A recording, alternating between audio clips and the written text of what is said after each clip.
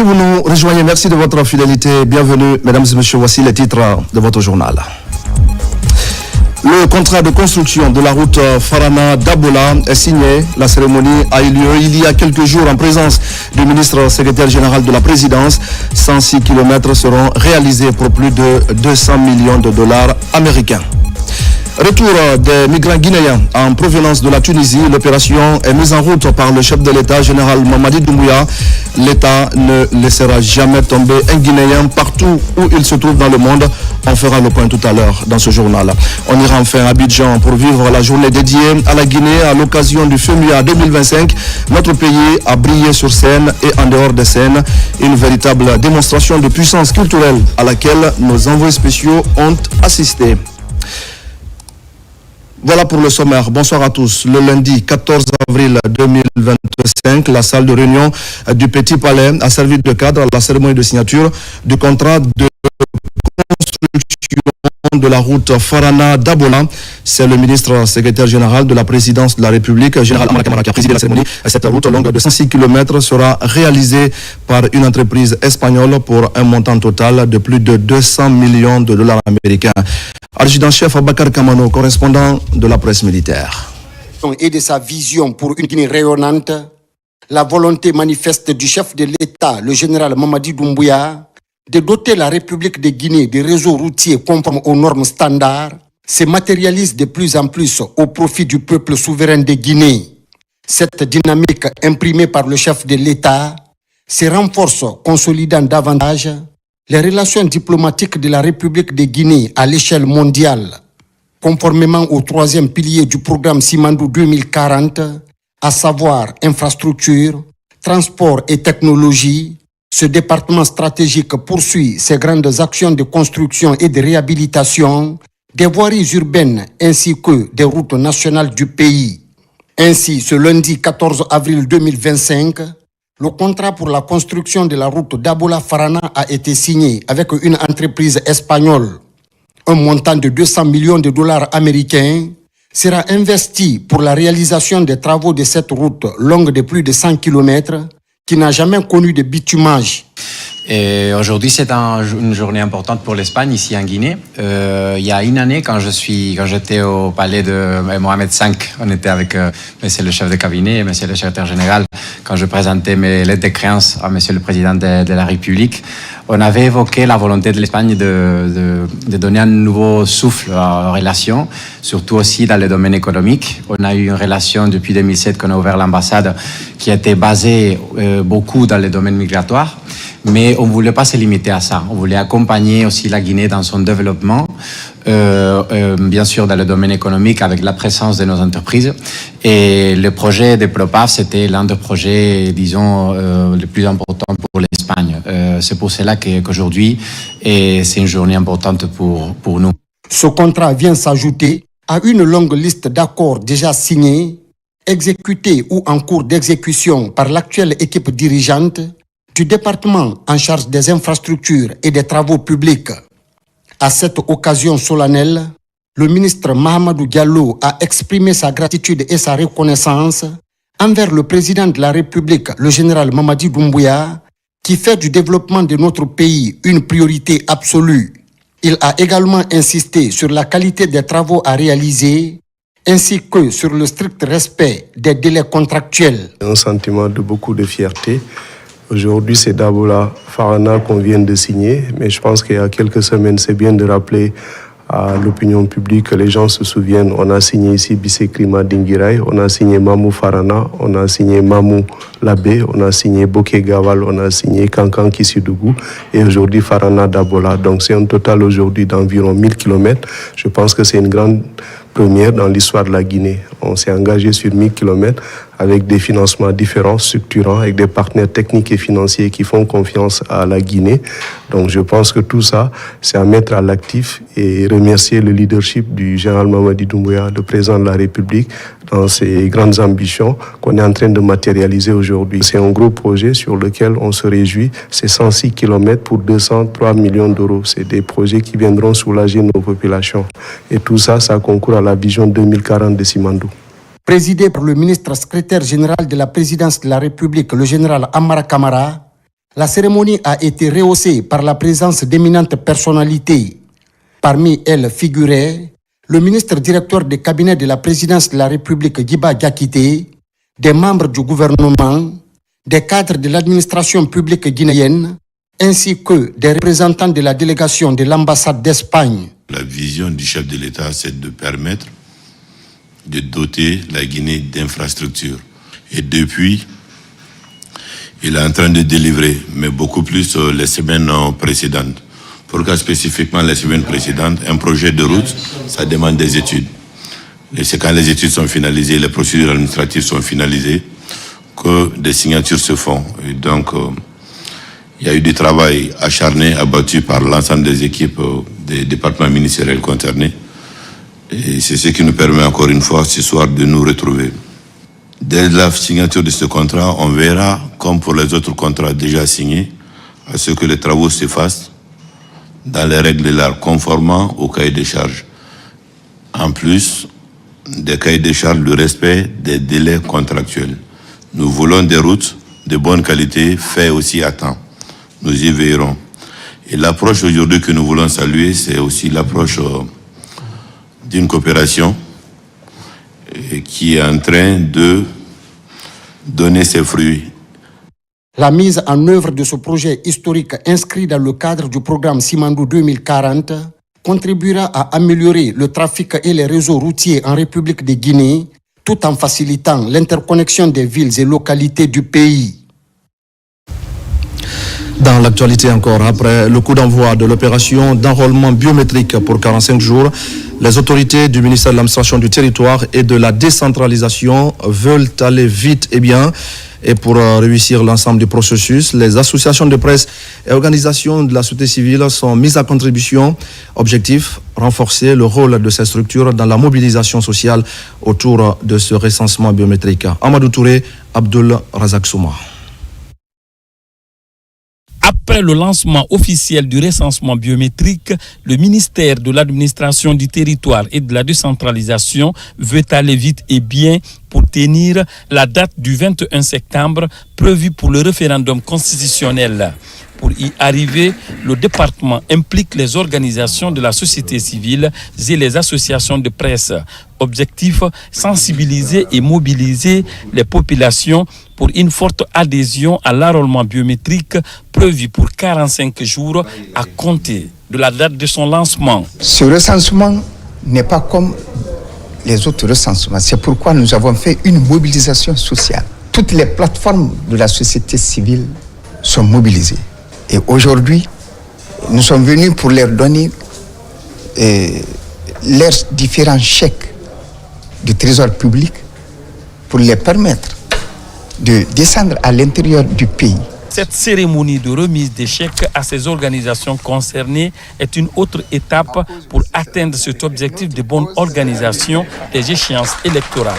C'est un acte qui marque l'inclusion du processus déclenché à travers le général Mamadi Doumbouya, qui voudrait que tous les acteurs du pays jouent leur rôle dans le processus électoral. Il était important de mettre en place un certain nombre de procédés permettant justement au ministère de l'administration du territoire d'avoir un accès direct aux populations à travers nos différents canaux, à travers les radios et les télévisions établis sur l'ensemble du territoire.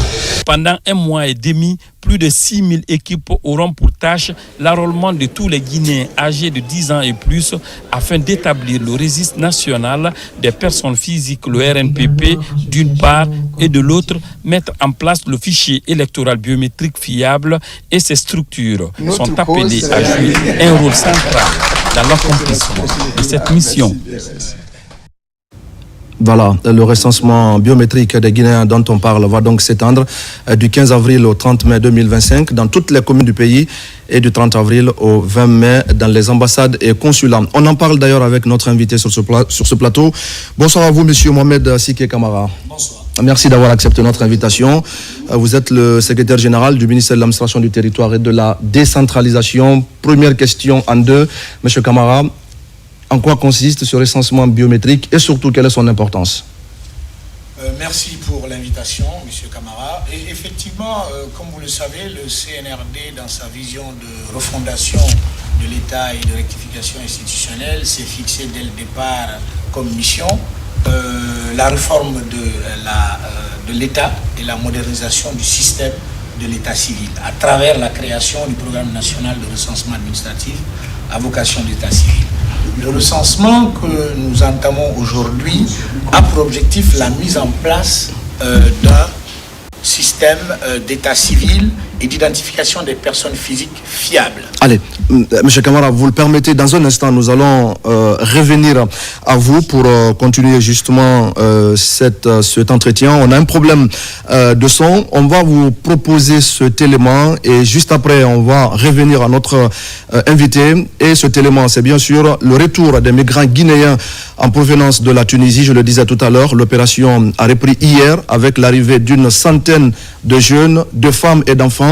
L'histoire derrière cette reprise est particulièrement touchante. C'est le président de la République qui a demandé de remettre le cap sur la Tunisie. Explication, Marie-Angélique Bangoura. Cette opération de rapatriement a une saveur particulière. Elle marque la reprise du pont aérien établi en faveur des compatriotes en détresse en Tunisie.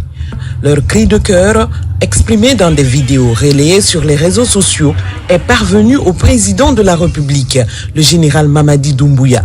Le chef de l'État a alors donné des instructions fermes pour leur retour au bercail. Ce qui s'est passé, j'étais en mission et mon témoin est à côté de moi ici, le conseiller en communication, M. Alia Kamara. Il est à côté de moi. Dès que je suis descendu de l'avion à Casablanca, il était 6 heures du matin en Guinée. 6 heures du matin. Le premier appel que j'ai reçu, c'était celui du chef de l'État, le général Mamadi Doumbouya. Qu'est-ce qu'il m'a dit? Je le répète sous serment. Il m'a dit, mais monsieur le ministre, j'ai trouvé des migrants en Tunisie. J'en ai trouvé. Allez les chercher. Il dit qu'il vous a trouvé, le président. C'est lui qui vous a cherché sur le net. Il vous a vu. Il m'a appelé pour me dire, allez les chercher, ramenez-les. Vous êtes ici aujourd'hui. C'est Mamadi Doumbouya. Ce n'est ni Fadima, ni Paul, ni Pierre, ni Zaoro. C'est le général Mamadi Doumbouya qui vous a trouvé. Alors, sa priorité, ce n'est pas les routes. Sa priorité, ce n'est pas le courant. La priorité du chef de l'État, ce sont vous, les Guinéennes et les Guinéens. C'est vous. C'est à vous qu'il donne le courant. C'est à vous qu'il donne la route. C'est à vous qu'il donne l'eau. Il ne se trompe pas. Ce convoi est composé de 142 jeunes compatriotes, dont 12 femmes et 17 mineurs.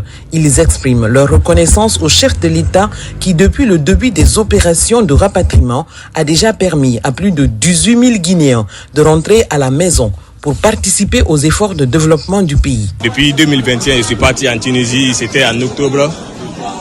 J'ai fait le retour en Guinée parce que la Tunisie, il y a trop d'agressions, il y a trop de patrouilles.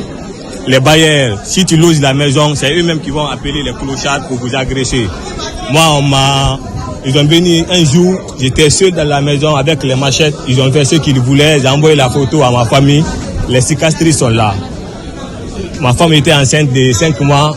La police tunisienne lui a pris, on l'a envoyé en Libye. Donc la famille a tout fait. Donc c'est grâce à la famille elle s'est retournée en Tunisie. Après l'accouchement, 5 mois après, ils ont venu casser la porte, notre porte. Le bébé était avec moi comme ça. Ils ont retiré le bébé, on m'a menotté. On nous a envoyés au milieu du désert. Donc on a fait 3 jours sans manger ni boire, les Tunisiens. Et puis ils ont violé les hommes là-bas, les mineurs qui étaient avec nous. Ça s'est passé devant nous. wongono courage fidam Mamadi Doumbouya ma kolo mana wal fe hera mina aventure ini mina aventure Mamadi Doumbouya ga wal kolo mane yat bilema akolo ana wal fe la Guinée be yat donc wonga bela sa wonga Mamadi Doumbouya sarefi aga walira ana ga na ba fe Guinée be to dimme be forebe population birimba na ga na ba fe be ndena beto era mire moyen munenida era be mo stoma kianere ka vola mu siga mu fora mu muno be l'idée. Cette opération de rapatriement va se poursuivre. Beaucoup de Guinéens sont encore coincés en Tunis. L'OIM, partenaire technique de l'État, les a identifiés. Et dans les prochains jours, un autre convoi est attendu à Conakry en provenance de Tunis. Ils vont participer au grand chantier de la République. Vous allez vous insérer dans le tissu économique. Vous avez trouvé ici, vous le savez, Simandou 2040. Voilà. Ce n'est pas Simandou 2020. C'est pas 2040. Non. C'est 2040. Le président a défini 2040 pour que ces 15 premières années, il puisse planter les vrais piliers du développement de ce pays. Et il le fera. Nous prions Dieu, le Tout-Puissant, qu'il lui donne la force, la santé et surtout l'amour des Guinéens qu'il a déjà conquis pour qu'il finisse cette œuvre. Ces enfants qui sont là, ces enfants, c'est là. Regardez, ces enfants-là. Quel trésor! Qu'est-ce qui vaut mieux que cet enfant? Alors il est chez lui, sur la terre libre de la Guinée. Depuis la mise en place du pont aérien par le président de la République, plus de 18 000 jeunes ont été ramenés au bercail. Le général Mamadi Doumbouya compte sur la fougue et le dynamisme de la jeunesse pour favoriser l'émergence de la République de Guinée. Merci à Marie-Angélique Bangoura. Je vous le disais tout à l'heure, mesdames et messieurs, nous allons revenir à notre invité de ce journal. C'est monsieur Mohamed Siké Camara. Encore une fois, bonsoir à vous. Bonsoir, monsieur Camara. Et bienvenue sur les antennes de la télévision nationale. Vous êtes donc le secrétaire général du ministère de l'administration du territoire et de la décentralisation. On va donc parler avec vous de ce recensement biométrique qui a été lancé il y a quelques jours sur l'ensemble du territoire national. En tout cas, c'est une opération qui concerne l'ensemble du territoire et même les consulats et les ambassades. Tout d'abord, en quoi consiste ce recensement biométrique et quelle est son importance? Merci beaucoup pour l'invitation, M. Camara. Effectivement, le CNRD, dans sa politique de refondation de l'État et de rectification institutionnelle, dès sa prise de fonction, s'est fixé comme objectif prioritaire la réforme et la modernisation du système de l'État civil et de l'identification des personnes physiques à travers la mise en place du programme national de recensement administratif à vocation d'état civil, le PN-RAVEC, qui est un mécanisme permettant de recenser les informations personnelles de tous les Guinéens et sur l'ensemble du territoire national, sur la base de documents d'état civil. Le PN-RAVEC vise surtout à créer deux registres, le registre national de l'état civil et le registre national des personnes physiques qui sont interopérables avec les autres registres, notamment celui de la sécurité sociale, de l'éducation, de la santé, mais également des passeports ou des cartes d'identité. En quoi consiste, comme vous l'avez dit, le recensement biométrique? Le recensement biométrique consiste effectivement à enregistrer les informations personnelles biométriques, c'est-à-dire l'empreinte digitale, l'iris, la reconnaissance faciale de tout d'un citoyen, n'est-ce pas, pour des fins d'identification et d'authentification de son identité. Il permet, in fine, entre autres, de lutter efficacement contre la fraude et l'usurpation d'identité. Voilà un peu comment est conçu, n'est-ce pas, ces deux fichiers qui ont pour objectif ensuite d'avoir une identité pour chaque personne, une identité fiable. Oui, alors ces derniers temps, on en a beaucoup entendu parler. Pour le citoyen qui nous regarde ce soir, sur le terrain concrètement, comment se passe cette opération de recensement? Alors, le recensement qui a débuté, comme vous le savez, le 15 avril de ce mois, aura une durée de 45 jours, donc jusqu'au 30 mai prochain. sur toute l'étendue du territoire national. Ensuite, nous aurons le recensement biométrique à l'extérieur, dans les ambassades et les consulats, à partir du 30 avril jusqu'au 20 mai. Comment cela se passe? C'est très simple. Il faut se doter, n'est-ce pas, d'un extrait de naissance, d'un jugement supplétif tenant lieu d'un extrait de naissance ou d'un certificat de nationalité. Et être âgé, n'est-ce pas, de 10 ans ou plus. Pourquoi 10 ans? Bon, nous avons préféré, disons, mettre en suspens les enfants de 0 à 10 ans pour permettre de recenser beaucoup plus de personnes, parce que l'objectif qui est recherché au bout de cette action, c'est d'avoir un fichier électoral.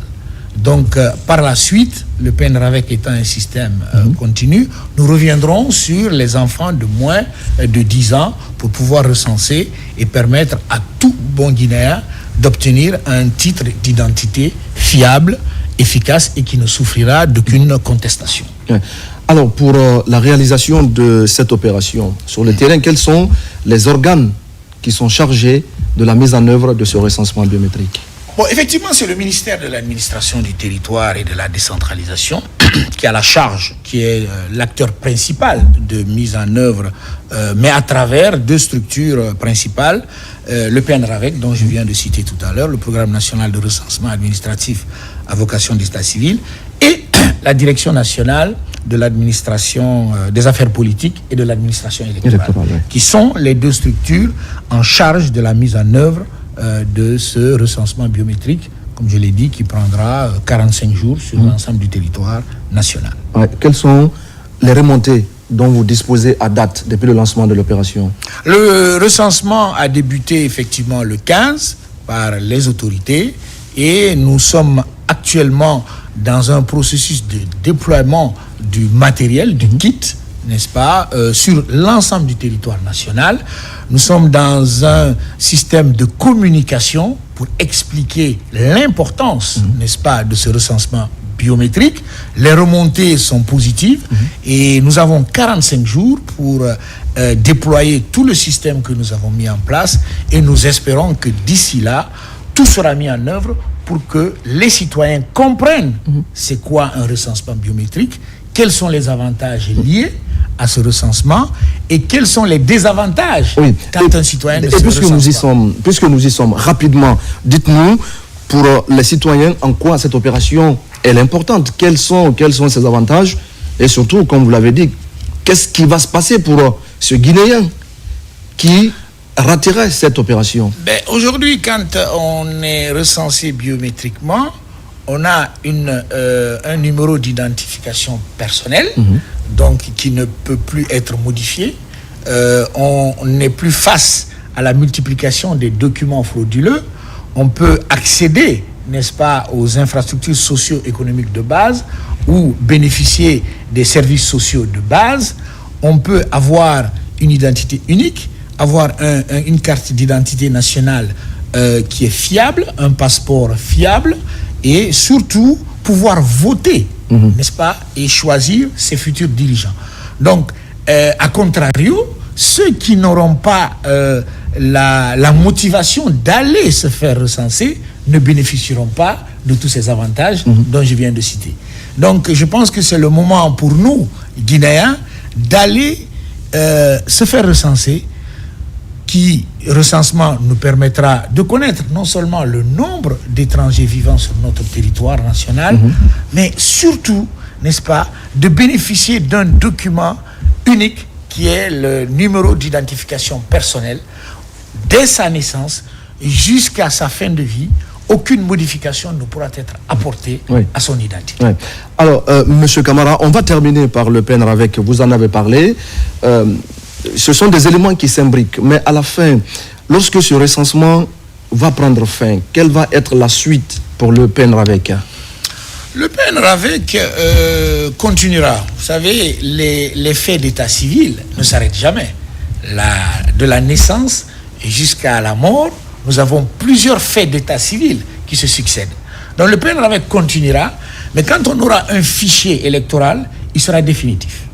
Donc on ne sera plus obligé, par exemple, à chaque élection, de revoir notre fichier. Nous aurons un fichier électoral dynamique qui, à chaque événement concernant un fait d'état civil, le fichier électoral se mettra à jour.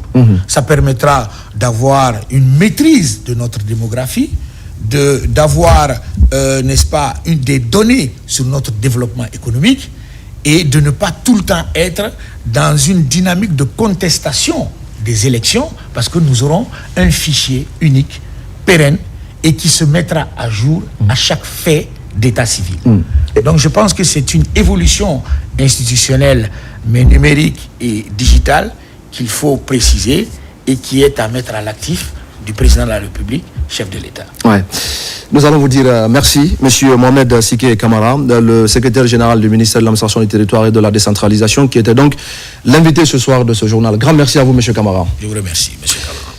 Dans le reste de l'actualité, une forte délégation gouvernementale séjourne depuis quelques jours maintenant à Varsovie, c'est en Pologne. La mission conduite par le ministre du Plan et de la Coopération internationale est allée poser les jalons d'un repositionnement stratégique avec ce pays, troisième économie au sein de l'Union européenne. Mohamed Souma et Daouda Tabansila reviennent sur les premières rencontres que la mission guinéenne a eues sur place. C'est pour tendre la main à tous les pays et partenaires européens devant appuyer le développement socio-économique de la Guinée. C'est du moins l'objectif de cette mission à Varsovie, la capitale polonaise. Elle est conduite par le ministre du Plan et de la Coopération internationale. Au cours de cette première journée, la délégation multiplie d'ores et déjà les rencontres. Il y a beaucoup de potentiel pour développer les relations entre la Pologne et la Guinée. Je me remercie vraiment pour avoir venir aujourd'hui pour cette excellente rencontre. Éducation, agriculture, économie, finance. La Pologne a vraiment beaucoup de compétences dans ce domaine-là. Je pense qu'il y a beaucoup de potentiel pour développer ces relations. En Pologne, cette mission marque un tournant décisif dans la politique d'ouverture de la Guinée. Elle s'inscrit également dans la dynamique du programme Simandou 2040 qui fait de la diversification des partenariats et du développement du capital humain des piliers majeurs de transformation. On les a expliqué la vision du chef de l'État, le projet Simandou, le programme Simandou et d'autres projets catalyseurs de développement pour inciter les entreprises polonaises à venir en Guinée, pour concrétiser des projets. Mais ce qui est aussi important, c'est un membre influent de l'Union européenne. Donc le financement sera double des banques polonaises, mais aussi les banques de l'Union européenne. Donc, comme je l'ai dit tantôt, la Guinée en marche sous la vision éclairée du président de la République, le général Mamadi Doumbouya, mais aussi sous la direction du chef de gouvernement, M. Amadou Riba. Au compte de cette première journée de travail, le ministre Nabé et sa suite ont rencontré le directeur général de l'Agence polonaise du commerce et des investissements. Et dans le cadre du développement du capital humain, l'Institut national de statistique de Pologne accorde 50 bourses de formation au profit de jeunes Guinéens dans le cadre des statistiques. Je le disais tout à l'heure au sommaire, et nous allons parler de la 17e édition du Festival des musiques urbaines d'Anoumabo, Abidjan. La Guinée s'impose et bat le record des pays invités à cette grande manifestation culturelle. Conférences, débats, défilés de mode et gastronomie guinéenne ont marqué la journée dédiée à notre pays. Une journée historique résumée par nos envoyés spéciaux à Abidjan, Mamadou Djoumaba et Ousmane Ba. FEMUA 17 jours 3 spécialement dédié à la Guinée. Une journée riche en couleurs et en activités. Ivoiriens et Guinéens tous en textile made in Guinée, comme pour célébrer la Guinée dans toute sa grandeur sur la terre ivoirienne. Les festivités démarrent par une conférence de presse animée par le ministre Moussa Moïse Silla et le commissaire général du FEMUA Salif Traoré à Salfo. Face aux médias et au public, ils ont relevé les points forts dont la Guinée a fait montre. Une première à ce festival.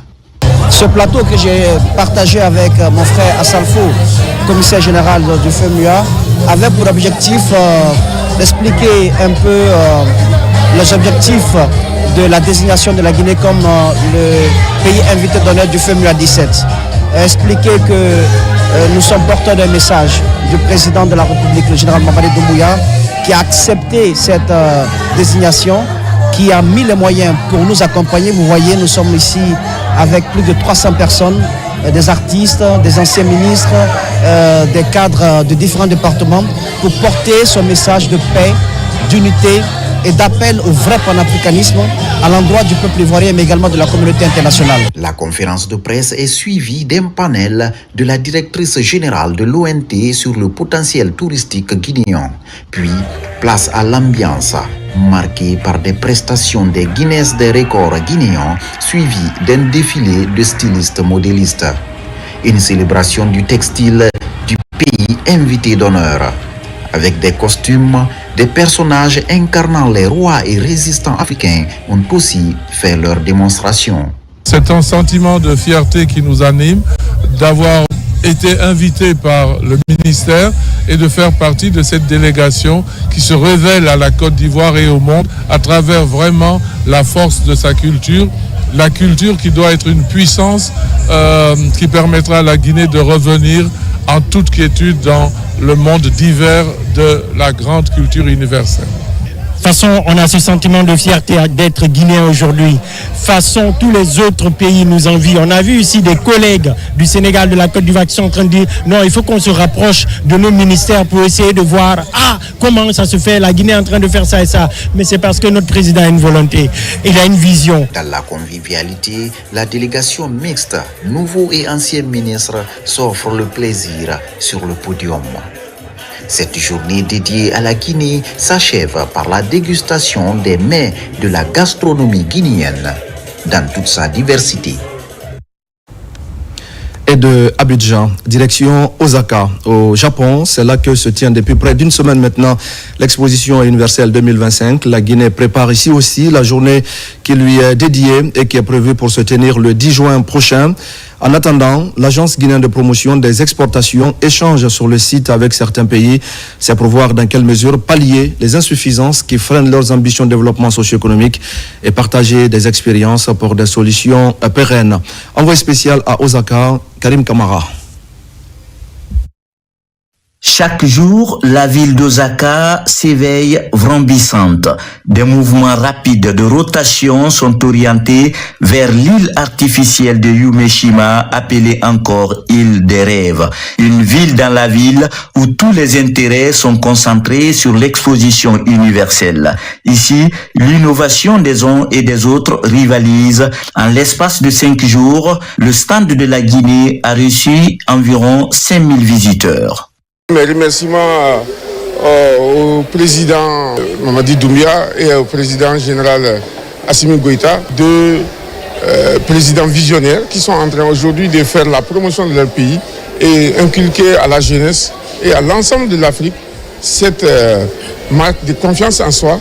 Et nos visiteurs sont beaucoup plus impressionnés par le programme Simandou, vu la transformation économique et sociale que ça va donner ici aux Guinéens. En dehors de ça aussi, nos visiteurs sont beaucoup plus impressionnés par l'arbre à palabre, conformément au sous-thème que nous avons choisi.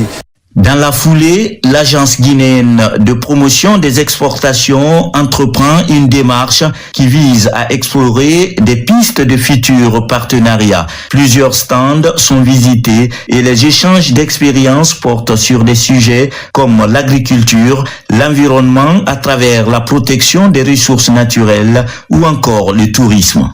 Il fallait quand même qu'on essaye de voir quels sont nos points de convergence et quels sont nos points de divergence. Déjà, la chance est que la plupart de ces pays visités aujourd'hui, on a les mêmes thèmes en fait. Nous sommes allés sur sauver des vies. Donc il fallait qu'on sache par exemple le Mali, sur quoi il se base pour sauver les vies. D'ores et déjà, la Guinée prépare sa journée nationale dans cette exposition. Par une visite guidée, la délégation guinéenne arrive dans la salle devant abriter les activités de cette journée ainsi que les autres salles connexes, notamment celles techniques pour la vidéo, le son et la lumière. C'est une belle salle qui peut accueillir jusqu'à 500 personnes. Nous avons 3 écrans où nous pourrons diffuser les vidéos que nous voulons. Nous avons une grande scène où nous pourrons organiser un spectacle culturel. La salle répond parfaitement aux attentes de la Guinée. Dans l'exposition universelle d'Osaka, le 10 juin 2025 est la date prévue pour la journée dédiée à la Guinée, laquelle journée le ministère du Commerce, Industrie et PME déclinera l'agenda lié à tous ces programmes de transformation socio-économique, suivi de spectacles culturels. Retour en Guinée pour parler d'un anniversaire historique, celui du quotidien national Orea. Depuis 64 ans, en effet, ce journal accompagne l'histoire de la Guinée en tant qu'outil d'information et de formation citoyenne. Aujourd'hui, le quotidien national Orea connaît un nouvel essor avec la rénovation de son siège et sa transition vers des plateformes numériques. Plusieurs anciens collaborateurs sont honorés et des archives exposées à l'occasion de cet anniversaire. Fodé Alpha Camara. En 1958, sous le nom de Liberté, à la veille de l'indépendance guinéenne, le journal devenu Orea en 1961 a accompagné depuis 64 ans l'histoire du pays en tant qu'outil d'information et de formation citoyenne. À l'occasion de cet anniversaire marquant, une cérémonie commémorative a réuni cadres du ministère de l'Information, professionnels des médias et invités pour célébrer ce parcours. À 64 ans du journal Orea, ça mérite d'être fêté. C'est pourquoi le département s'est mobilisé pour donner à l'événement un éclat tout particulier. Je crois que vous avez suivi les différents discours et vous avez vu la joie de nos aînés, certains aussi qui nous ont quittés. Donc il était de notre devoir de venir participer à cette cérémonie et de témoigner notre reconnaissance à tous les grands rédacteurs qui se sont succédés, à tous les grands directeurs qui se sont succédés, parce que Orea était vraiment un modèle. Pour nous, cette fête, c'est une façon de dire aux uns et aux autres, continuez de nous faire confiance. On est un service de l'État guinéen et nous sommes là pour le peuple de Guinée. 64 ans, c'est beaucoup et je pense que la flamme continuera encore de brûler. Et aujourd'hui, avec cette nouvelle équipe, on est en train de dynamiser encore Orea. Aujourd'hui, vous avez Orea papier, vous avez les digitaux de Orea, vous avez Orea Internet. Aujourd'hui, nous faisons pratiquement tout ce qu'une télé peut faire. Lors de l'événement, les anciens collaborateurs ont été honorés pour le service rendu. Orea a été un grand journal dans l'Afrique. Et moi, je vous dis, j'étais invité partout. En France, en Belgique, en Corée, en Russie. Tous les grands journaux invitaient le journal Orea. Des archives historiques ont été exposées, retraçant l'évolution du journal depuis les années 1960. Une lecture du Saint-Coran a également été organisée pour rendre hommage aux pionniers et prier pour la paix. Et toutes nos excuses pour la qualité de ces images. Pendant ce temps, dans la capitale forestière à Zérékoré, les hommes de médias sont à l'école de la gestion des rumeurs. Cette formation vise à déconstruire les rumeurs et à favoriser la diffusion d'informations saines, surtout en cette période de transition en Guinée. Lancé Kamisoko. Journalisme sensible au conflit et la gestion des rumeurs, deux thèmes extrêmement importants dans la pacification de la cité, sur lesquels les hommes de médias de la Guinée forestière renforcent leurs capacités, bâties sur des activités de formation, d'information et de communication adaptées au contexte. Ce projet pose les bases d'une synergie d'action entre les acteurs. Invite vous est donc faite, les professionnels que vous êtes, pour impulser une action concertée et cohérente visant à déconstruire les rumeurs et à véhiculer les bonnes informations dans un élan patriotique et au regard des enjeux électoraux qui s'annoncent. Cette formation va permettre aux journalistes de savoir comment se comporter lorsqu'il y a une crise, un conflit qui éclate. Et c'est pour cela que nous allons parler de l'éthique ou du journalisme en situation de conflit. Financée par l'ambassade des États-Unis en Guinée, cette initiative conduite par Tolkim Drum Sidio couvre les préfectures de Kissidougou, Gekedou, Massanta, Zérékoré, Beila et Lola pour une durée de 12 mois. Ce projet intitulé Nani Nani, mis en œuvre par Tolkim Drum Studio et l'organisation internationale ELVA, vise à soutenir la gestion des rumeurs, la diffusion des informations fiables et le renforcement de la cohésion sociale en Guinée. Au nom de M. le gouverneur de la région de Zérékoré et à mon nom propre, mes sincères remerciements à l'ambassade des États-Unis pour son appui constant à la promotion de la paix, de la liberté d'expression et du professionnalisme des médias dans notre pays. Dans un contexte guinéen marqué par l'avènement des échéances électorales, il est donc important de rappeler aux hommes de médias le rôle qui leur est dévolu dans l'établissement d'une cité pacifique. À présent, le contenu de ce communiqué du ministère du Travail et de la Fonction publique. Conformément aux dispositions du décret D 2022-0526 PRG CNRD SGG du 2 novembre 2022 modifiant le décret D 250 PRG SGG du 1er août 1995 concernant les fêtes légales en République de Guinée, le ministre du Travail et de la Fonction publique porte à la connaissance des travailleuses, travailleurs et agents des secteurs publics, mixtes et privés que la journée du lundi 21 avril 2025, lundi de Pâques, est déclaré férié, chômé et payé sur toute l'étendue du territoire national. Le ministre du Travail et de la Fonction publique profite de cette heureuse occasion pour souhaiter une bonne fête à tous les fidèles chrétiens de la Guinée et d'ailleurs. Le ministre Faya François Bourouno. L'ONG Femmes, Développement et Droits Humains en Guinée continue de jouer un rôle crucial dans la lutte contre les violences basées sur le genre. La structure vient d'organiser des modules de formation en faveur des acteurs clés de l'AB. Pendant 3 jours, les agents de prise en charge des cas de violence ont échangé sur les enjeux du dialogue communautaire ainsi que sur les mécanismes de protection et de soutien aux victimes. Saint-Martin, Francine Adouno. Face à la lutte contre les violences basées sur le genre en Guinée, Moussa Djeroba, journaliste et défenseur des droits des femmes, a fondé l'ONG Femmes, Développement et Droits Humains en Guinée. Avec le soutien financier de Feminist Opportunities Now, est membre de l'IPPF, Fédération internationale pour la planification familiale en Afrique. Moussa Djeroba nourrit ses partenariats qui est crucial car il permet à sa structure de renforcer les capacités des acteurs clés de l'AB et d'étendre son impact à travers des programmes ciblés et des interventions communautaires. Nous avons réussi à mettre en place ce dialogue entre des personnes qui ne sont pas de la même génération, mais qui ont fait des recommandations qui pourront nous permettre vraiment d'organiser d'autres activités ou de réfléchir à d'autres financements qui pourront par exemple faciliter l'organisation même des procès ici, parce que vous avez écouté le tribunal, les gens qui sont venus du tribunal, ils veulent organiser des audiences mais il n'y a pas d'avocat. 3 jours d'activités intenses ont mobilisé les acteurs de la chaîne de prise en charge des cas de violence basés sur le genre à l'AB. C'était une sorte de sensibilisation, connaître quel est l'état des lieux des violences basées sur le genre dans la région de la baie, mais essayer aussi de trouver des pistes de solutions, des recommandations afin vraiment de freiner ce phénomène.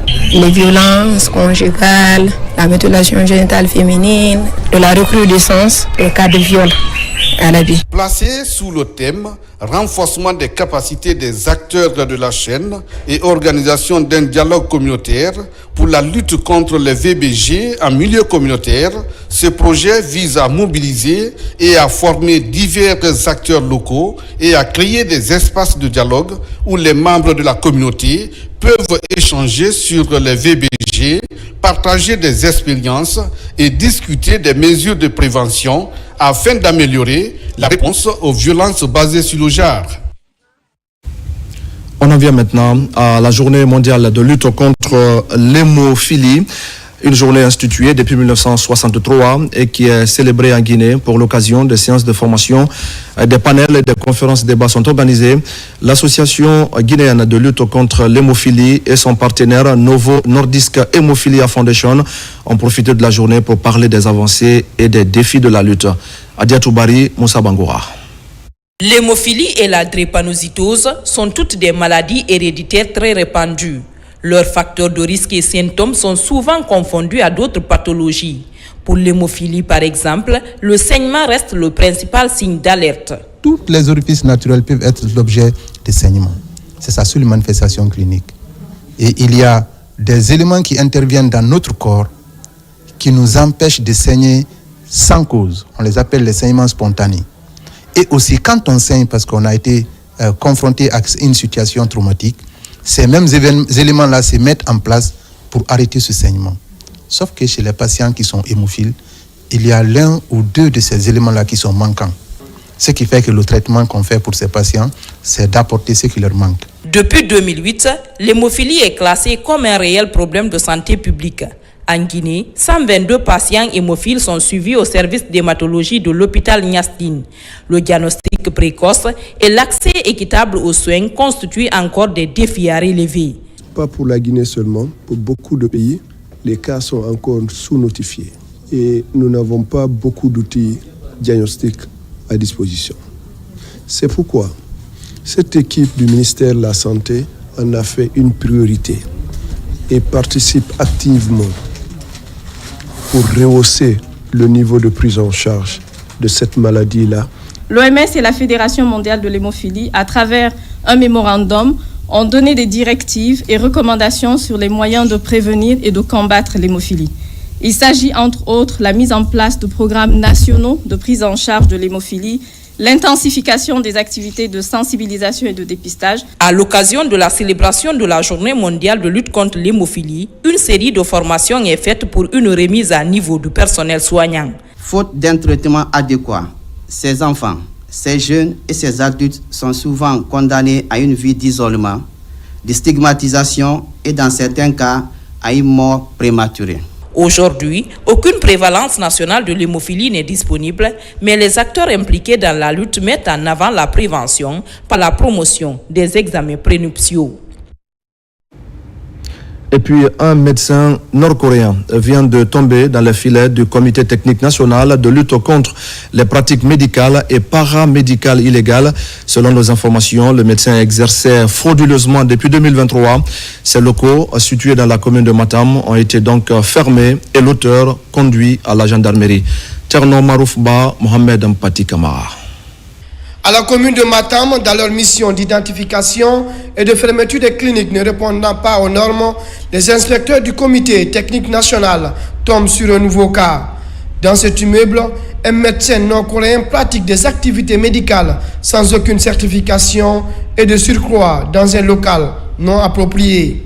Après le tour dans les différentes salles, la décision ne tarde pas. Les locaux sont scellés par la gendarmerie nationale.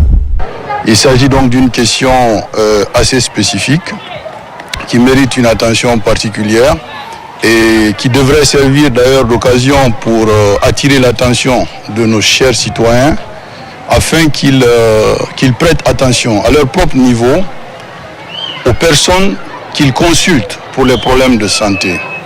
Lorsque vous avez en face des sujets étrangers, il est extrêmement important de vous rassurer que ces personnes sont en train d'évoluer dans des conditions légales. Au-delà des installations de cette clinique, les inspecteurs découvrent une autre réalité. Dans l'une des salles servant de chambre à coucher, une armoire remplie de médicaments. Des faux médicaments qui ne sont plus aptes à la consommation. C'est beaucoup de détails que nous avons retrouvés dans cette structure, en partant de produits suspects d'être des faux médicaments, jusqu'à la présence de produits dont la date de péremption est expirée.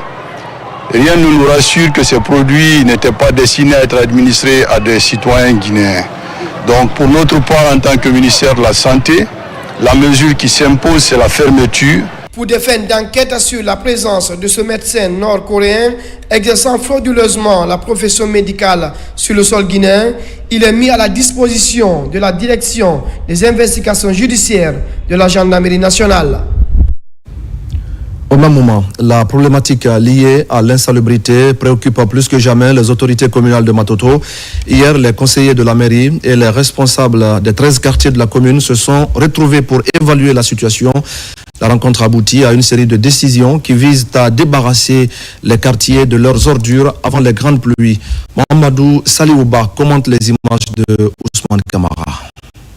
L'amélioration de la gestion des finances publiques est une priorité de l'État guinéen, ce afin de promouvoir des pratiques budgétaires et sociales bénéfiques au financement des infrastructures économiques et sociales qui sont déficitaires actuellement dans le pays. Les différentes séries de formations sont programmées pour renforcer les capacités des étudiants qui sont dans les universités, les organisations de la société civile, ainsi que les médias, afin que ces derniers puissent jouer leur rôle. Lors de cette conférence de débat, les participants ont été sensibilisés sur le civisme fiscal et la transparence budgétaire. Le débat a été très riche parce que tout simplement, il nous a permis de comprendre que la gestion budgétaire est un levier pour permettre et encourager le civisme fiscal. Le civisme fiscal et la transparence budgétaire impliquent à la fois un accroissement de la mobilisation des ressources intérieures, mais aussi un renforcement de la préparation budgétaire et du contrôle de la chaîne de dépenses publiques. Le bon citoyen concourt à ce qu'on appelle le vivre ensemble. Et vivre ensemble, cela veut dire que les paramètres de la vie, notamment l'éducation, la santé, les infrastructures, et pour que ces infrastructures soient réalisées, il faudrait que chaque citoyen, en ce qui le concerne, puisse faire sa part de cotisation. Le projet de renforcement de l'engagement citoyen pour le civisme fiscal et l'amélioration de la transparence budgétaire est porté par l'ONG AFVDD avec le financement de l'Agence française de développement et l'Union européenne. Un projet qui couvre l'ensemble des régions administratives de la Guinée et pour une durée prévisionnelle de 15 mois. Vous l'aurez donc compris, mesdames et messieurs, c'était le compte-rendu de Nabila Moussa Kamara et Sarafdine Diallo sur ce projet de renforcement de l'engagement citoyen en faveur du civisme fiscal et de l'amélioration de la transparence budgétaire. Ça se passe donc à l'Abbé. On retourne à l'élément de Mamadou Saliouba sur la lutte contre l'insalubrité dans la commune de Matoto. Le long des ruelles, ces ordures ça et là, ou encore ces poubelles débordées, attire toutes les attentions à l'orée des grandes pluies. À la commune de Matoto, la question s'impose comme une urgence absolue pour les conseillers de la délégation spéciale et les responsables des 13 quartiers de la commune. Nous avons vu que la présidence de ces PAV ne répondait pas réellement à la politique d'assainissement qui était mise en place. Il s'agit de tenir la ville propre, de tenir nos rues propres, parce que ce sont ces routes qui sont le plus souvent vues en premier lieu pour toute personne qui se rend chez nous. Nous sommes prêts à accompagner les autorités de Matoto, à accompagner les autorités de la République. S'il y a un flux d'abonnés, nous allons accompagner proportionnellement au nombre d'adhésions d'abonnements, la quantité de matériel qu'il faut. Durant cette rencontre d'intenses débats, la problématique d'insalubrité est abordée dans toutes ses facettes. Les débats ont révélé des défaillances dans la chaîne d'assainissement et des comportements inciviques non compatibles à la bonne gestion des déchets. Pour éliminer des oppositions sauvages, il nous fallait de façon responsable identifier des lieux publics où on pouvait faire des équipements. Il a été question que le transfert des compétences se fait de façon concomitante avec le transfert des moyens. Ce cri de cœur aujourd'hui a été entendu par la plus haute autorité de la République, qui est son Excellence le général Mamadi Doumbouya. C'est désormais la course contre la montre pour débarrasser les quartiers des ordures avant la grande pluie. L'ONG Action pour la défense des acquis de la République vient également d'organiser une séance de sensibilisation des femmes. La promotion de l'autonomisation de cette couche est l'objectif recherché. La cérémonie a eu lieu à la tannerie, toujours dans la commune de Matoto. C'est un compte rendu de Mikini Moussa Kamara et Tcherno Maroufba. Entre hommes et femmes, le gouvernement guinéen a engagé des réformes vigoureuses. Il a pris des mesures structurelles et institutionnelles pour transformer les normes sociales. Depuis 3 ans en Guinée, l'autonomisation économique, sociale et politique des femmes est devenue non seulement une réalité, mais un déterminant fondamental de la consolidation du bien-être de la jeune féminine et de la cohésion sociale. Je appelle toutes les femmes à être autonomes. Si vous voyez aujourd'hui, j'ai décidé de faire la formation sur l'entrepreneuriat féminin. Ça veut dire les femmes aussi peuvent entreprendre.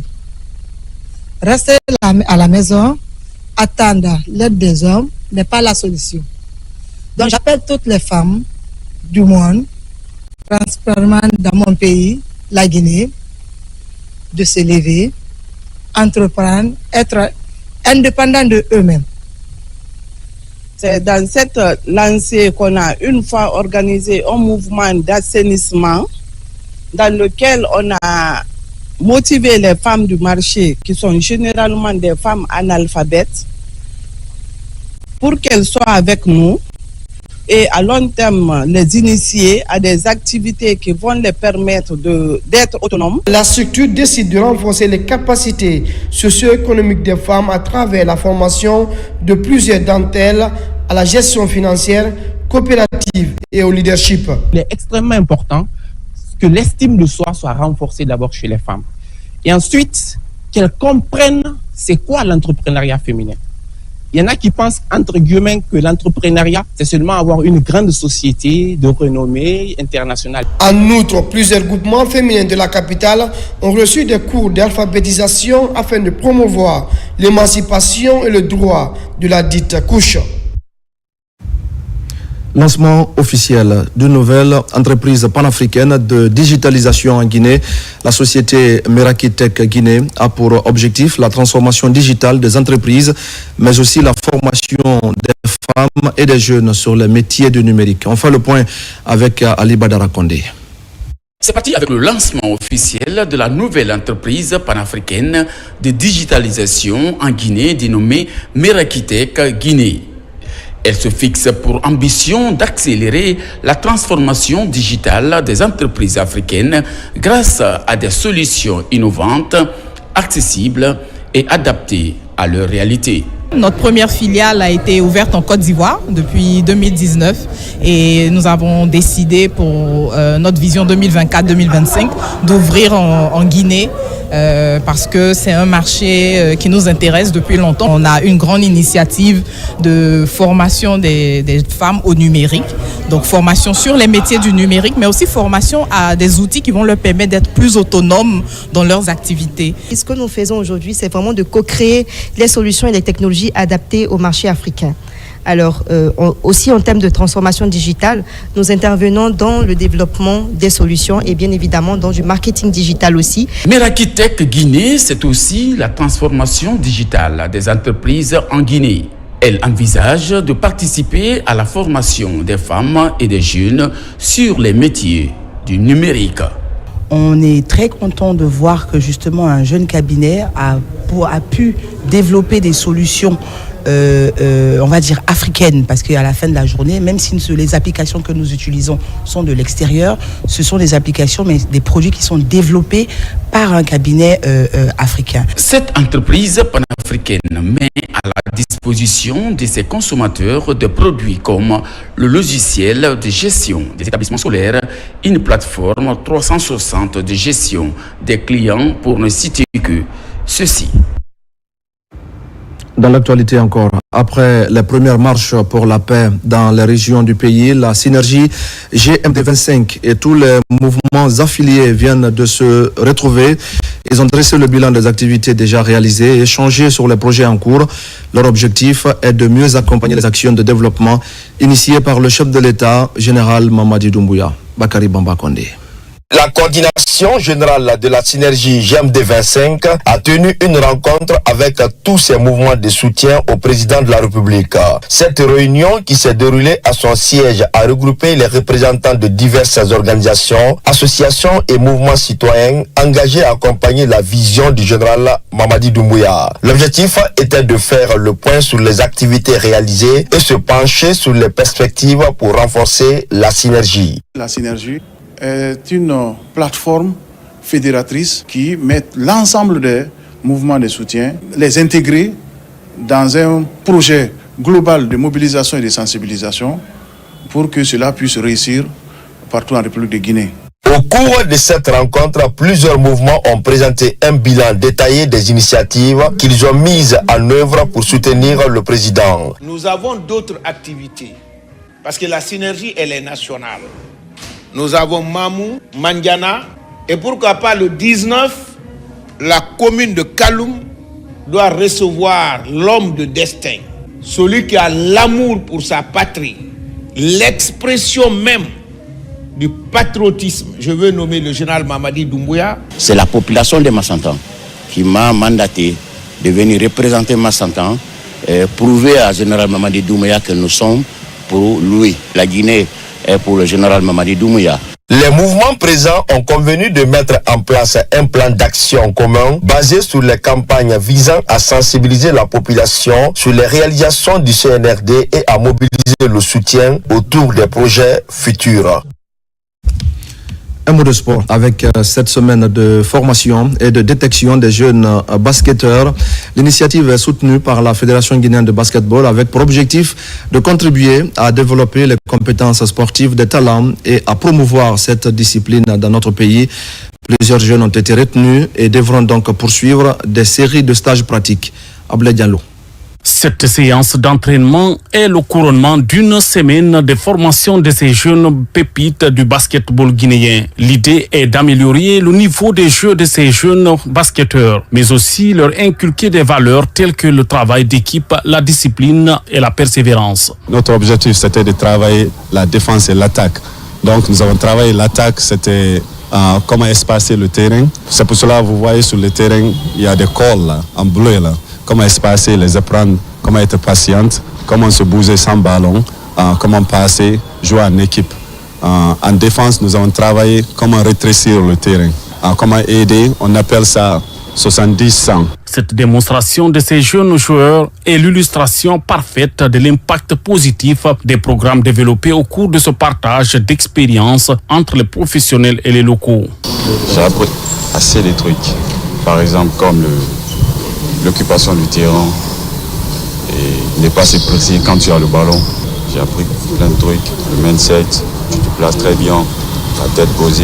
L'initiative organisée par le président du club, vraiment c'est salutaire. Donc la Fédération guinéenne de basketball est très ravie, très content du club. En collaboration avec la Fédération guinéenne de basketball, cette initiative de George of Club Basketball contribue à développer des compétences sportives de ces jeunes talents. On a d'autres projets futurs avec d'autres partenaires.